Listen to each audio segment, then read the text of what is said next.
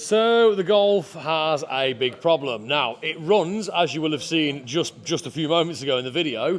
However, it runs like a bag of marbles, but that isn't the problem. There is a nasty squeak coming from it, and I've narrowed it down to the clutch. So, obviously, you know we had the gearbox off because we replaced it and we put a new clutch in.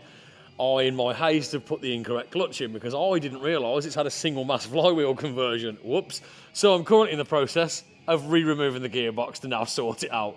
I hate it when things go wrong like this, but unfortunately, when you're rushing through a build, it's all too often. So I'm just in the process now of ripping the box back out because I've put the old pressure plate back in, but I put a new friction plate in. The friction plate that I got when I ordered the clutch was for the dual mass flywheel that the car would have come set up with from factory, and it's had the conversion. So load of money down the drain, load of time down the drain. I've now got to get it off, measure the flywheel, go and sort a clutch kit out, and then at least all of that squeaky nonsense will be gone away, and then we can start getting on with tuning it, which is also going to be a big problem. I'll explain that a little bit later in the video. So you know what, disaster area again, okay? So we've had to take the gearbox back out because when we ran the car, we had some horrendous noise coming from this end as well as a nasty squeak, and we figured out exactly what was going on. Now, if we look at the pressure plate, you'll see there's these nice fresh, or rather not nice, but fresh scratch marks around the fingers on the pressure plate. So when we pulled it off, trying to work out what was going on, we figured it out. This is the old gearbox, and as we can see in here, this housing has been machined. So they've taken a mil or so off that so that when the pressure plate is obviously sat in there spinning around, it doesn't catch. But if you look where the markings are on the fingers, if that was sat centrally, that is about bang on. So that's what's happened. Now, on the new gearbox, obviously that hasn't been machined down, so we can see just on the edge there exactly where the fingers have caught. So they've started to wear material away. So what we're going to have to do is do the same thing and machine down that part of the gearbox so that it doesn't catch. So then we'll be free of resistance, free of noise, and at least it will work. But also, in my haste to get it back together, I threw it back together with the wrong friction plate in. I put one in that's supposed to be for the dual mass flywheel. This is at a solid mass conversion. So there was a load of to and fro in yesterday trying to figure out the right clutch, which we've done now. It's on the way. It should be here in an hour or so, which gives us enough time to sort all this out. And the way I tested this is quite simply just put a straight edge across, and I just put a dip on there, which gives me exactly 75 millimeters, exactly.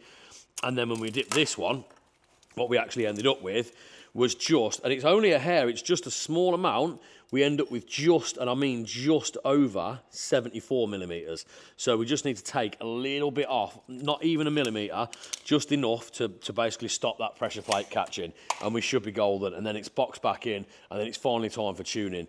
So yeah, this has been a lot of fun. Not, but let's get on with it, let's get it done, and we'll see where we end up. A bit of good news finally, right? It looks like we shouldn't have to machine that gearbox down because I've been and fetched a new clutch and flywheel kit. So solid mass flywheel conversion like the other one, but the pressure plate itself is a lot shallower than the pressure plate we took off the car, so we shouldn't get the fouling. Now, I'm going to compare the flywheels, but so far, everything's looking good. So the issue is I think maybe somebody in the past has put the incorrect clutch setup in this car, and I think maybe they've put what should have been in a BAM engine or something like that, because that's why it was fouling on the gearbox. The clearance weren't right. So we've gone and got the right one for the car, and everything looks like it should now be good. Just double checking over the main crank seal while I'm here, which looks pretty good. It's all nice and dry, so that is a huge step in the right direction. But finally, something's going right. That's what we like. So I'm going to get this installed. I know it's not a racing clutch, but it gets us back on the road for now. And if I can only get 12 months out of it, I'm happy. We can at least get it on the road, get it tuned, and I can start upgrading things like racing clutches further down the line when the engine eventually comes out to have all the body restoration done. So let's get the flywheel on, get it all installed, and we're one step closer to being back on the road.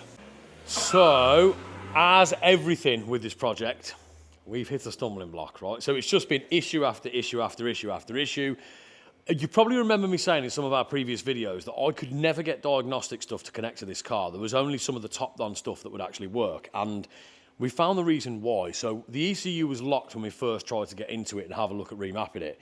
We've managed to unlock it, however, it's just not communicating with anything. So I don't know whether the ECU is damaged, corrupted, there's something wrong with it somewhere internally. But alas, we're still trying. As you can see, Rob and Mike are working away in the background, trying to figure out what we do as far as getting a tune and a map on this goes so we can get it running properly. We've got all the equipment out doing it. So fingers crossed, but the main things are, it's back together. The gearbox noise issue is sorted. There's a new flywheel clutch kit in there. It's all sorted along that line now. The timing belt's been replaced. I've obviously swapped the turbo. I've done the 550cc injectors, high flow fuel pump, replaced fuel lines all the way through the car. So we are getting there, right? As well as catch can install, as you can see. Loads of other bits and bobs, upgraded the PCV valve to a billet. So there's been tons and tons done. So now it's just a case of getting it running and hopefully getting some sort of tune on it. Right, so keep your fingers crossed for me. As we get a little bit further, we'll cut back on and we'll do some more content on it. But it's pointless you sitting here watching us trying to scratch our heads and figure it out.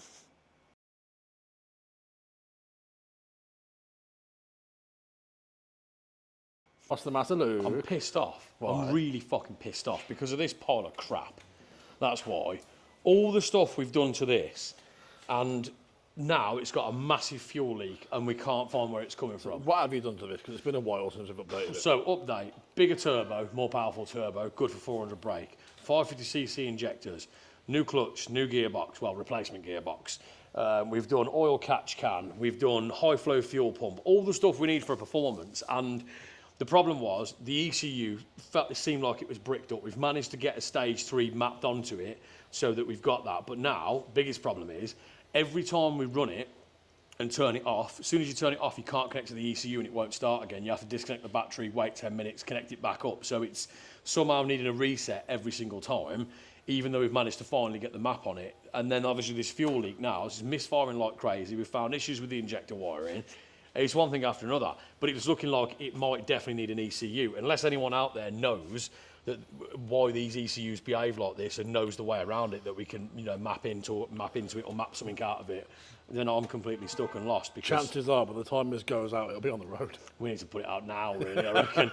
But yeah, so it's annoying because I've done all new fuel lines all the way from tank right to the front, include with the fuel pump and everything else. So now I've got to go back over all that, make sure nothing was snagged or torn when we put them in, make sure that the pump itself isn't leaking in the back, even though I double and triple checked that when I fitted it and ran it and nothing was coming from it. It could be all manner of things, but there's nothing coming from the injectors down the manifold, so it's not leaking from there. The only place I can sort of see it coming from is back corner of the engine, which is where the fuel lines come up through the chassis, so maybe it's there. But yeah, I'm fuming because the problem is we have that little time to actually work on these projects, and it's been sitting here for weeks and weeks because we've been stupidly busy, and we finally get a day to come over where we should be finishing it, and then it's all this crap just rears its ugly head. So yeah, I've had enough. I'm fed up and pissed off, to say the least.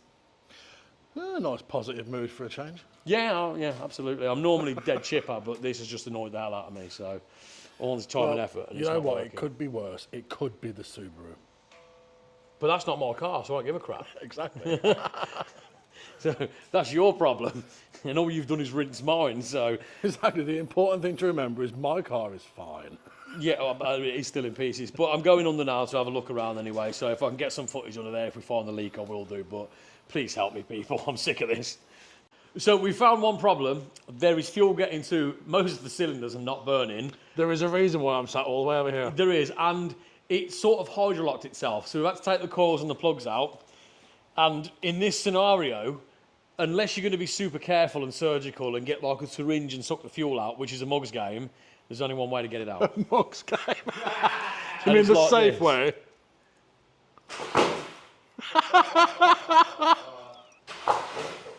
Oh, it's fuel. That's a lot of fuel.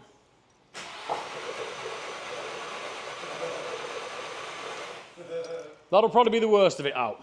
I should hope so. I mean, that was literally 2 bores completely full of fuel.